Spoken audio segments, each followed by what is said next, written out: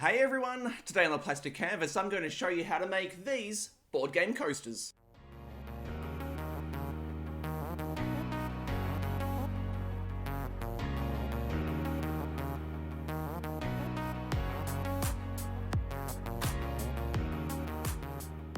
Hey everyone, Matt here from the Plastic Canvas and welcome to today's video. Now those of you that are familiar with this channel will know that usually I paint miniatures from board games, but today we're going to do something a little bit different, and like I showed you in the intro, I'm going to show you how to make these board game coasters. Now I made these for my wife for Christmas, but originally I got the idea for doing these a few months ago when I was flicking through Facebook and a video came up on how to make Christmas themed coasters. And it was very simple. The person in the video just got some coaster bases, some Christmas wrapping paper, and they just cut the wrapping paper out to the same shape as the coaster, glued it down, all that sort of stuff. And I just thought they looked really good. It was such a great idea. And so I then started to think about different types of coasters you might be able to make, because if you're just using wrapping paper, you could use any paper with an image on it. And so of course my mind went straight to using board game covers to make board game themed coasters. And so that's exactly what I did. And so I filmed the process just in case they turned out well. I was stoked with how they looked in the end. And so in this video, I'm going to show you how I made these coasters. So the starting point was just to work out which board game covers I was actually going to use. So I went to our board game collection, as you can see here, and I just gave myself a couple of simple criteria. The first was that it needed to be a game that we enjoyed, because we didn't want coasters of games on the table that we didn't like. And then the second was that the board game cover needed to have bright colours, but not be too busy. So if you have a look at a cover like Mansions of Madness here, this is a game that we absolutely love, but it has lots of dark colours, and sure, it works well at the scale of a board game cover, but by the time you shrink this down to a coaster, it's going to just be a dark little sort of blob on the table. It's going to be hard to tell what's happening. The same with Arcadia Quest Inferno. This is another game that we really enjoy, but it's very busy. And despite the fact that the colours are really bright and really bold, shrink this down to a coaster, it's going to be really hard to make out what's going on. So these are examples of covers that didn't make the cut. The games that did make the cut, though, out of our collection were Wingspan, Everdell, Sonora, Sagrada, Takinoko, Tangarden, Treasure Island, Forgotten Waters, King of Tokyo, Potion Explosion, Azul, and Planet. So once I'd chosen them, I just went on to Board Game Geek, as you can see here, and one by one I just searched the games and saved the board game covers. I had a look in like Google Images and some different places like that, but Board Game Geek was the place that consistently had the best sort of resolution and just consistency in terms of file size. And then just to give myself a few extra options, I just had a look through the listing in Board Game Geek just for some games that I'd forgotten about. So you can see I grabbed Blood Rage there. That's in our collection, but I didn't really think to grab a photo of it. Clank there, that's one of our favourite games. We have sold that. We have Clank Legacy waiting to play, so I grabbed that as well because it's a really good cover. And then here I'm just flicking through some forums just to see some other suggestions from people of some really good board game covers. Kanagawa's there, one that we used to have but don't have anymore. Tokaido there as well. So I just grabbed some extra covers of ones that we've owned at some point, but maybe not anymore, but still have really good covers. And then I just went onto Google Images to save the outline of a hex shape, because that's the shape that my coasters are going to be. Yours can obviously be whatever you want them to be. But then I just needed to work out how big the coasters were actually going to be. And so I grabbed a coaster that we have that's about the right size, and then I just traced around the outline, measured from one side to the other, and you can see this is 105mm wide or 4 inches, and so that's the size that mine are going to be. And then back in Photoshop, I just resized that hex image just to be 105mm wide, and then I just copied it and laid it over the top of the Azul image there, selected the outside of it, and then just trimmed off the excess of the Azul image, just so that it fit the hex shape. And now here I'm just adding a black border to the edge of the image, and that's so that later on when I paint the coaster bases black, I can then trim this off precisely around the edge of that black border, and then when I glue it down, you won't actually be able to see the edge of the paper, and so that's why I've added that black border there. And so now I'm just going through one by one, just laying the hex image over the cover, repositioning the cover as I need to make sure that you can see as much of the title as possible. You can see here with Kanagawa, I had to reposition a bit because the title's up in the corner, and I got it about as well as I could. It wasn't exactly right, but anyway. So here I'm just cycling through the different coaster shapes that we've got just so that you can see how they look.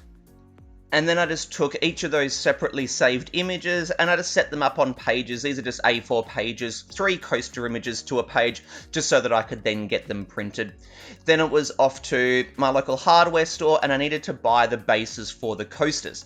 And these here are what I grabbed. Now I didn't actually notice at the time, but just looking in the video there, you can see the label on the box. These are actually placemat templates, so I guess you can make your own placemats with these. I chose these over just larger MDF boards because there was a good bit of stiffness to them and they're about the right thickness so they wouldn't be too hard to cut. So from the hardware store, this is what I grabbed. The Mod Podge there, which is like PVA glue, but it's more of a sealer. I grabbed a gloss one there originally. I didn't really mean to. I did return that and grabbed a matte one.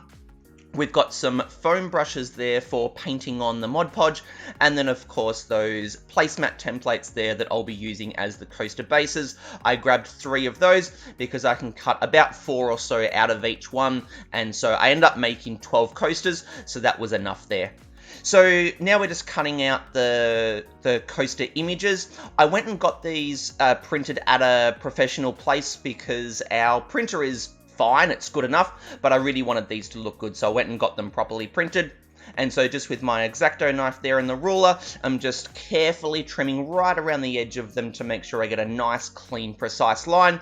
And now we're just going through one by one just to cut each of them out.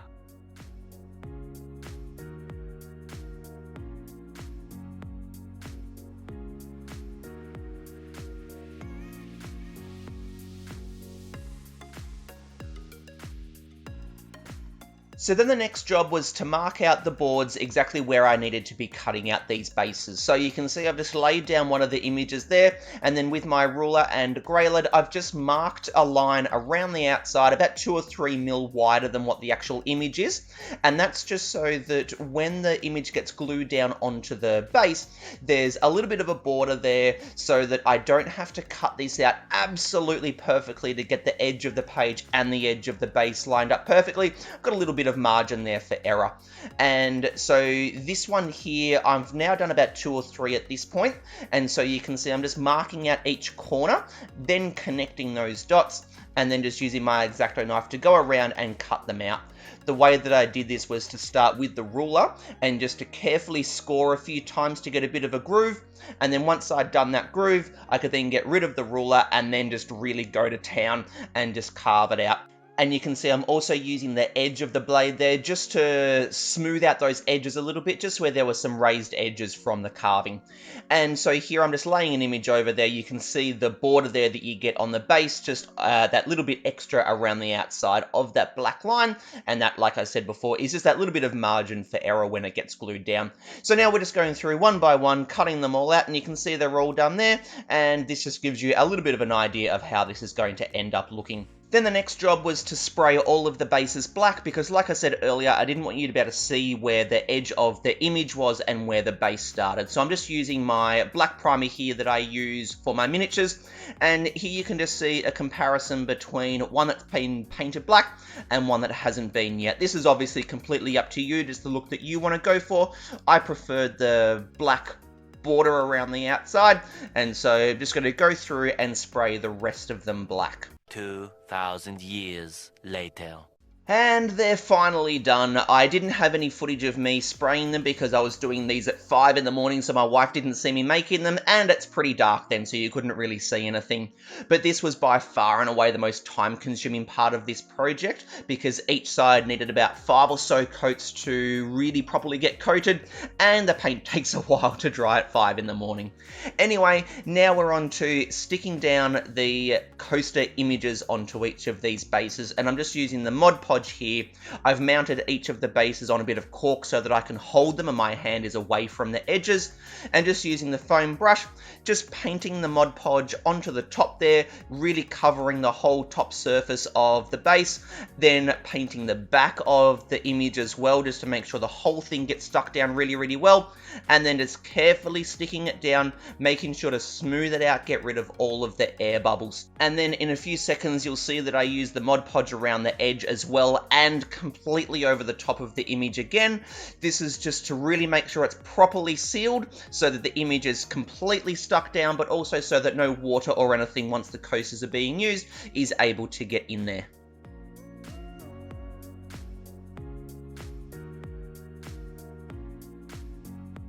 Now, the way that I put this one down here shows the best way that I found to lay the image down. So you can see I just picked one corner and laid it down first, and now I'm just laying down the corners to the left and right of it, and then just sliding my fingers left and right, smoothing it out gradually, and this helps to really keep the air bubbles out, because I'm slowly laying the image down rather than putting it down flat in one go. So I'm just working from one corner across to the other, moving my fingers left and right, smoothing it out, making sure there's no air bubbles, and this was definitely the easiest way that I found to keep it completely flat.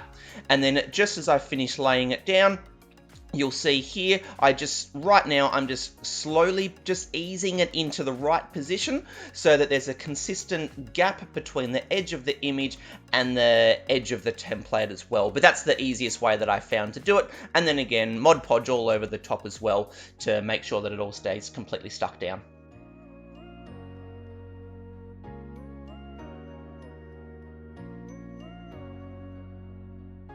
And to make sure that these coasters are completely sealed, we need to flip each of them over, Mod Podge on the bottom as well. I redid the sides as well while doing this process, just to make sure that it's completely sealed. Exact same process though, just smear it on, make sure it's all nice and smooth around the edges too, and just give that a good bit of time to dry.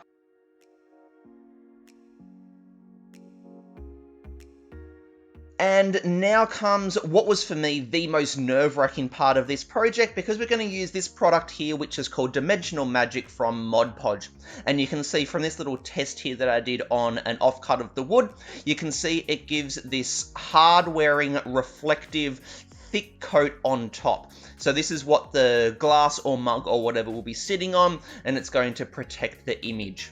So I started off by running a bead of the Dimensional Magic around the edge of the coaster, and this is just to create a barrier, I suppose, so that when I fill the middle of it, it will just press up against this bead around the edge and won't flow over the edge and then down onto the paper. So it just means that I can more quickly fill the middle rather than having to be too careful.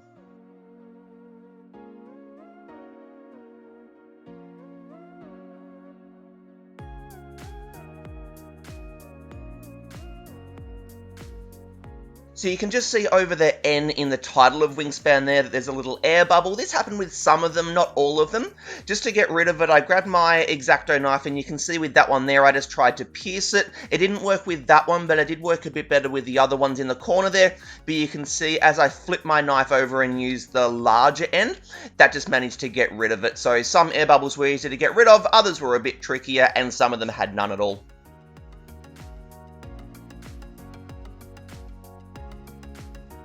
And here is the first of 2 times where the Mod Podge leaked over the edge of the coaster and down onto the paper. When this happened, I kind of freaked out a little bit because I thought I might have ruined one and that it was going to dry with a lumpy bit on the side. It ended up being absolutely fine once I grabbed some paper towel and just cleaned it up. But yeah, I think this is probably just from just going a little bit too slow around that corner and just laying down a bit too much of it, and then it just ran over the edge. But yeah, bit of paper towel, clean it up, ended up being absolutely fine.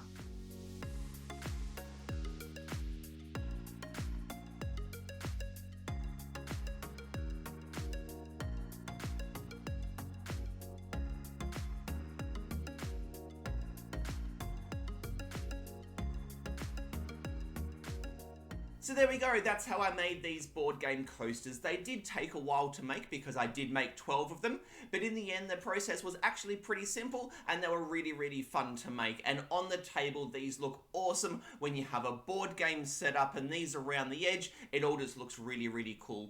So if you enjoyed this video, please do give it a thumbs up, and if you haven't subscribed, please do consider subscribing. And if you follow along with this process and make your own coasters of any type, whether they're board game coasters or not, please do post them to Twitter or Instagram and tag the Plastic Canvas so I can see how yours end up looking. But until next time, this is Matt from the Plastic Canvas signing out. Happy gaming and happy painting, everyone. Cheers.